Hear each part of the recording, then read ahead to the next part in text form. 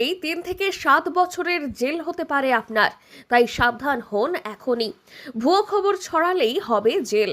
নির্বাচনের আগে এমনই কড়া সতর্কবার্তা জলপাইগুড়ি পুলিশের। নির্বাচন যত এগিয়ে আসছে ততই সোশ্যাল মিডিয়ায় ভুয়ো খবর, গুজব এবং বিভ্রান্তিকর ছবি ছড়ানোর প্রবণতা বাড়ছে। এতে সাধারণ মানুষ যেমন বিভ্রান্ত হচ্ছেন, তেমনি আইন শৃঙ্খলার ওপরেও প্রভাব পড়ছে। তাই এই পরিস্থিতিতে কড়া সতর্কবার্তা দিলেন জলপাইগুড়ির পুলিশ সুপার অমরনাথকে। এআই ইউজ করেছে, ওটাতে ফরজারি সেকশনস গুলো অ্যাড করবেন, যেটাতে মানে 7 বছর পর্যন্ত আপনারা সাজা পাবেন।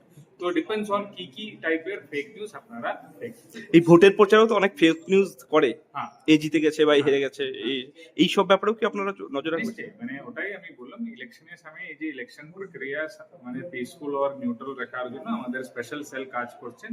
তো ওরাও পেট্রোলিং করছেন, আর যারা পাবলিকের তরফ থেকে আমাদের অনুরোধ থাকবে, আপনার এলাকা নিয়ে কেউ ফেক নিউজ পোস্ট করলে তো দয়া করে আমাদেরকে।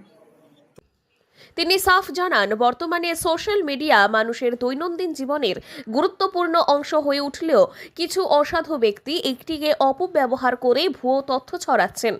অনেকেই তথ্য যাচাই না করেই সেগুলি বিশ্বাস করছেন এবং শেয়ারও করছেন, ফলে পরিস্থিতি আরও জটিল হয়ে উঠছে। পুলিশ প্রশাসনের পক্ষ থেকে জানানো হয়েছে, নির্বাচনকে কেন্দ্র করে কোনো রকম ভুয়ো খবর কিংবা গুজব ছড়ানো হলে তা একেবারেই বরদাস্ত করা হবে না।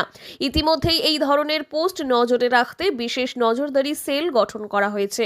পুলিশ সুপার সাফ জানিয়েছেন, কেউ যদি ইচ্ছাকৃত ভুয়ো তথ্য ছড়ান বা বিভ্রান্তিকর পোস্ট করেন তাহলে তার বিরুদ্ধে কঠোর আইনি ব্যবস্থা নেওয়া হবে। আইন অনুযায়ী দোষী প্রমাণিত হলে 3 থেকে 7 বছর পর্যন্ত কারাদণ্ড হতে পারে। বাকি মানে সোশ্যাল মিডিয়াতে ফেক নিউজ কেউ দেখলে তো আপনারা নিশ্চয়ই ওটা ভেরিফাই করবেন, মানে এক সিম্পল গুগল সার্চ করে দেখবেন এটা সত্যি আছে কিনা। যদি আপনারা কেউ আসেন আপনার এলাকা নিয়ে কিছু ফেক নিউজ করলে তো নিশ্চয়ই কনসার্ন থানাকে ইনফর্ম করবেন। আমাদের কন্ট্রোল রুমের নাম্বার আপনারা নেট থেকে পাবে ও বাকি থানা থেকে পাবে, তো আপনারা ওটাতে ইনফর্ম করবেন।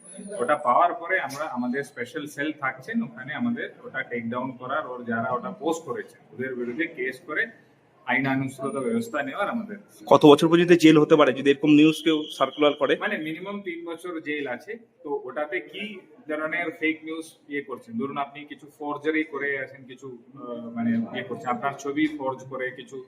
প্রশাসনের পক্ষ থেকে সাধারণ মানুষকে তাই আবেদন জানানো হয়েছে, কোনো খবর, ছবি কিংবা ভিডিও শেয়ার করার আগে অবশ্যই তার সত্যতা যাচাই করুন। একমাত্র দায়িত্বশীল আচরণই পারে নির্বাচনের সময় শান্তি বজায় রাখতে। জলপাইগুড়ি থেকে সুরজিৎ দে রিপোর্ট, লোকাল 18 বাংলা।